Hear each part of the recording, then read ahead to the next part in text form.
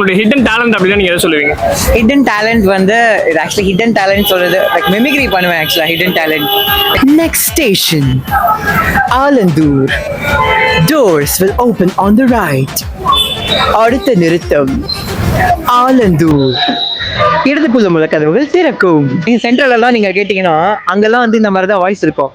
பயணிகளின் கனிவான கவனத்திற்கு வண்டி எண் 2604 சென்னையில் இருந்து திருச்சிராப்பள்ளி வரை செல்லும் Tiruchirappalli local fast platform number 2 பெறப்படும். இந்த மாதிரி ஏதாவது விஷயம் போகும் தெரியுமா, சும்மா லைக் இந்த ஆட்ஸ் பின்ன அந்த ரயில்வே ஸ்டேஷன் எல்லாம் போகும்போது அனௌன்ஸ்மெண்ட்ஸ் எல்லாமே கேட்பேன்.